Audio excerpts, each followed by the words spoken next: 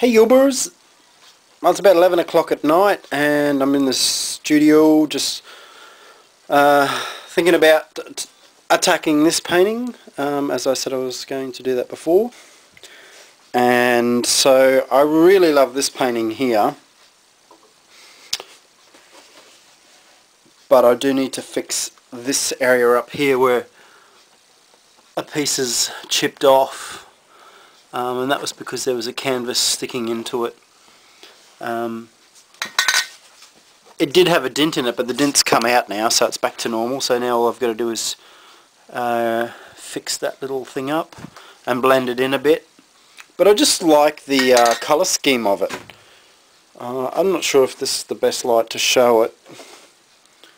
No, it's not a very good light at all. But depends on how I hold the canvas really. But there's something I really like about the colour combinations. But anyway, so we're going to work on that as well as this disaster here. So let's get into it. Alright, so I guess the first thing I want to do is, the canvas is very unbalanced. I mean, there's this really dark area here and then it's surrounded by this pinky red area, and the lines sort of seem to contradict this shape, and I don't like how it cuts it off, like it cuts it like that when there's a nice curve there. So what I'm going to start to do is just bring over some white paint first. I want to get rid of these two here and see how we go, because eventually I'm going to cover this again with another colour. Yeah, because the texture's great, the pattern, the lines, I mean it all works. It's just the colours. It's just the colours, the important things that don't work that well. So I'm just going to try and uniform it a bit. See how we go. This book that I'm reading about Francis Bacon, The Gilded Gutter Life of Francis Bacon it's called. I've only been reading it for 6 months, but anyway,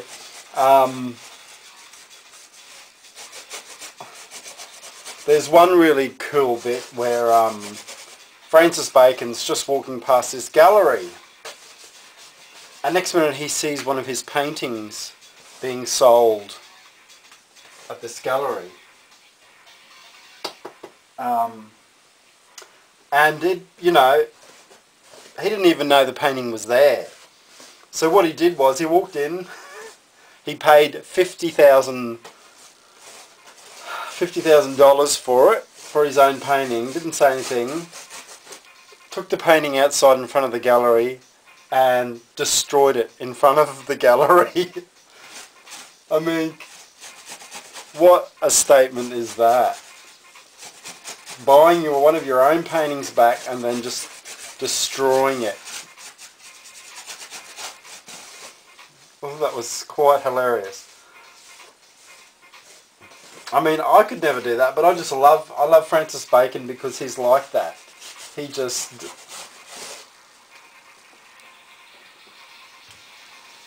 was just such an interesting man.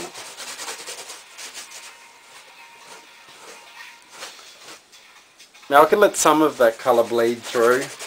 I mean, I don't have to completely remove all of the history of it. So I actually find this line across here really harsh, how it really cuts the work off. And there's something I don't like about that, and I've never really liked about it.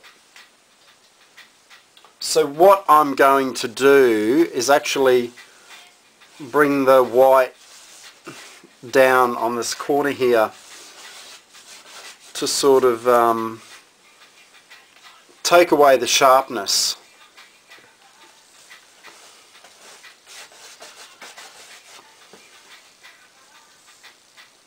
Yeah.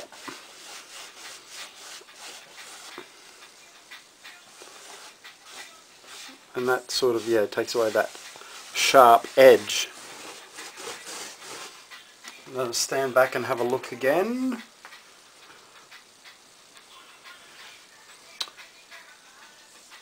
Yeah, I'll probably have to bring some more, because this is quite heavy this side. I'll probably have to bring something over this side now, but then, you know, I'm not quite satisfied with that either. So I might just take it, sort of make it not so. But I quite like subtle bits of like the pink in it. I sort of think that sort of helps work it.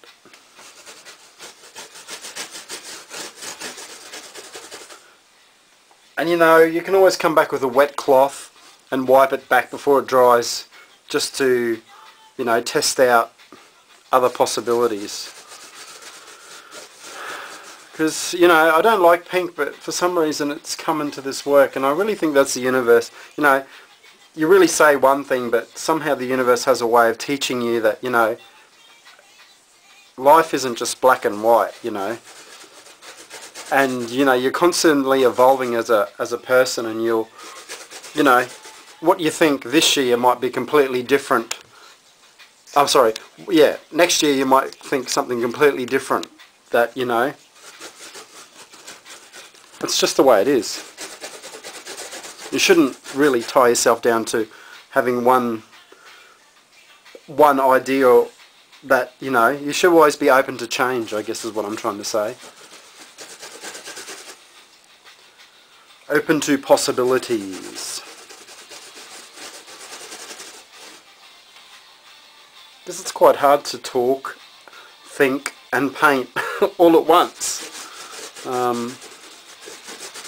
So I guess that's why I'm not probably quite coherent all the times of my thoughts when I'm painting, because, you know, you sort of got to,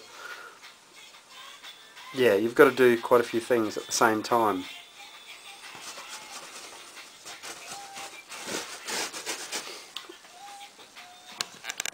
But yeah, I actually think that has made some progression tonight.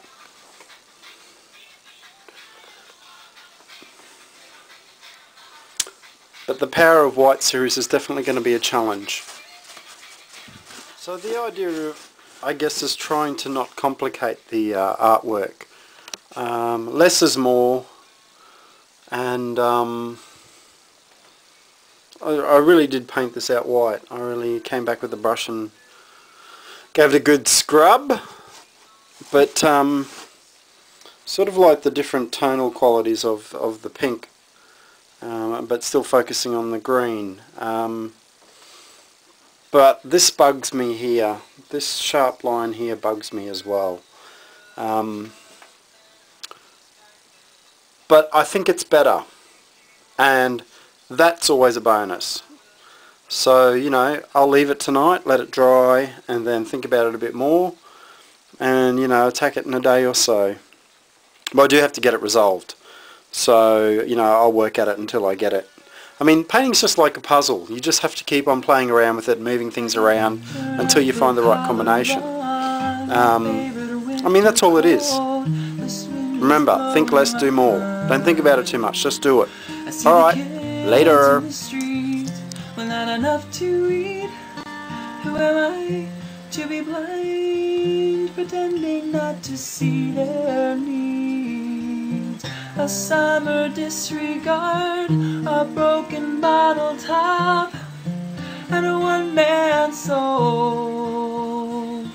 They follow each other on the wind, you know, 'cause they've got nowhere to go. That's why I want you to know I'm starting with the man in the mirror. I'm asking him to change his ways, and no message could have been any clearer. If you want to make the world a better place, you take a look at yourself and then make that change.